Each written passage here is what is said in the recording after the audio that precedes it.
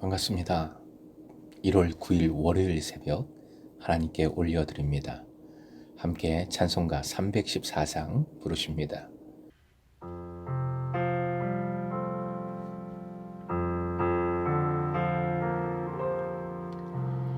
내 구주 예수를 더욱 사랑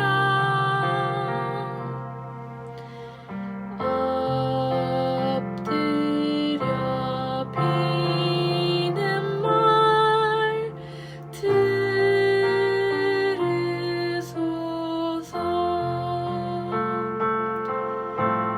내 진정 소원이 내 구주 예수를 더욱 사랑 더욱 사랑.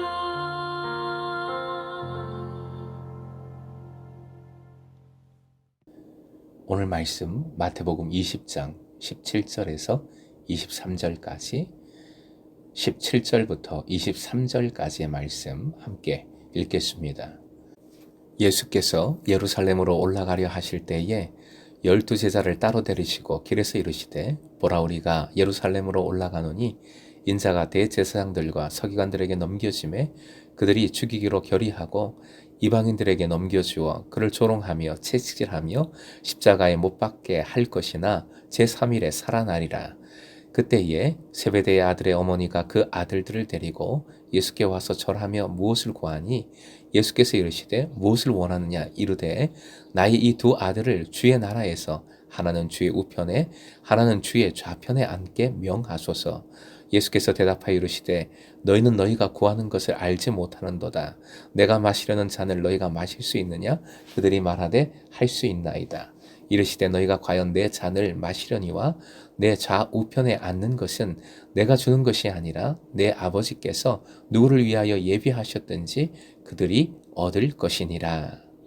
오늘의 기도 제목, 십자가와 부활의 믿음으로 살게 하소서. 십자가와 부활의 믿음으로 살게 하소서. 예루살렘으로 올라가는 길에서 예수께서 앞으로 될 일을 말씀해 주십니다. 마태복음에서 나오는 세 번째 예고의 말씀입니다. 예루살렘에서 많은 일들이 있을 것이지만 가장 중요한 것은 예수님의 죽음과 부활이지요. 예수께서 요약해 주신 스케줄, 좀 표현이 그렇습니다만 앞으로 될 일, 스케줄은 다음과 같습니다. 첫째, 대제사장들과 서기관들에 의해 사형 판결을 받고, 둘째, 이방인들에 의해서 사형 집행을 받는다는 것. 셋째, 비로소 십자가에 못 박히신다는 정보를 제공해 주십니다. 넷째, 하지만 이 모든 사건들은 또 다른 위대한 사건인 부활로 이어집니다. 순환 없이, 고난 없이 부활이 있을 수 없지만 부활에 대한 믿음이 없이는 순환, 고난을 견뎌낼 수도 없습니다. 그런데 세베대의 아들들의 어머니가 그 아들들을 데리고 예수께 나아옵니다. 당시의 관습에 따라서 이 어머니의 이름을 소개하지 않고 위해적으로 말씀 표현을 합니다. 소위 치맛바람인 것인지 어머니가 대변 역할을 처음에 하고 있습니다. 당시의 관습에 따르면 본인이 직접 호소하는 것보다 어머니를 통해서 하는 것이 더 호소력이 강하다고 생각했기 때문입니다. 하지만 어머니가 예수께 부탁을 한 것이 사실이다 할지라도 그 부탁은 자식들의 야망을 대신 표현한 것에 불과합니다. 예수께서는 비장한 각오로 주님이 예루살렘에서 겪을 일에 대하여 알려주셨는데 그것도 첫 번째가 아니고 세 번째인데 제자들은 그 비극의 의미를 알려고도 하지 않고 장차 얻을 영광에 대해서만 골몰하고 있는 모습을 보여줍니다. 이런 모습은 딱하기도 하고 또 한편으로는 충격적이기도 합니다. 21절을 볼 때 어머니와 두 아들들은 주님의 나라를 현세적이고 정치적인 나라로 이해하고 있습니다. 예루살렘 입성이 가까워 오고 있는 이 시점에서 그들은 지상적인 메시아 왕국이 세워질 줄로 기대를 한 것이겠죠. 그 나라가 서기 전에 그러니 미리 손을 써야겠다고 생각을 하고 있는 겁니다. 우편과 좌편에 앉게 해달라는 부탁은 제자들 가운데 가장 높은 자리를 달라는 의미입니다. 사실 세베대의 아들 야고보와 요한은 예수님의 친척이기도 하고 그동안 예수님의 각별한 사랑을 받아왔습니다. 그렇기 때문에 이런 생각을 더 가졌을 수도 있었겠지요. 또한 생각을 해보면, 상상을 좀 더 해보면 베드로 형제와의 라이벌 의식이 이런 행동을 하게끔 만들었을 수도 있습니다. 22절, 예수께서는 두 아들들 제자들에게 대답을 해 주십니다. 어머니의 간청이 이 두 아들의 야심임을 아셨기 때문에 직접 그들에게 말씀을 해 주십니다. 이 말씀의 뜻은 그들이 뭔가 착각을 하고 있다는 것이지요. 예수께서는 이제 예루살렘에 들어가시어 잔을 마심, 즉 죽음을 당하고자 하시는데 제자들은 영광의 자리나 탐을 내고 있으니 착각을 해도 한참 하고 있는 것입니다. 사실 잔은 구약으로부터 하나님의 진노를 의미합니다. 결국 예수께서 모든 인간이 죄인들이 받아야 할 하나님의 진노의 잔을 대신 받고자 하시는 것입니다. 그런데 세베대의 두 아들들은 예수께서 마시려는 이 잔이 어떤 잔인지도 생각지 않고 혹은 전혀 다른 것을 생각하면서 지금 이렇게 마실 수 있다고 대답을 하고 있습니다.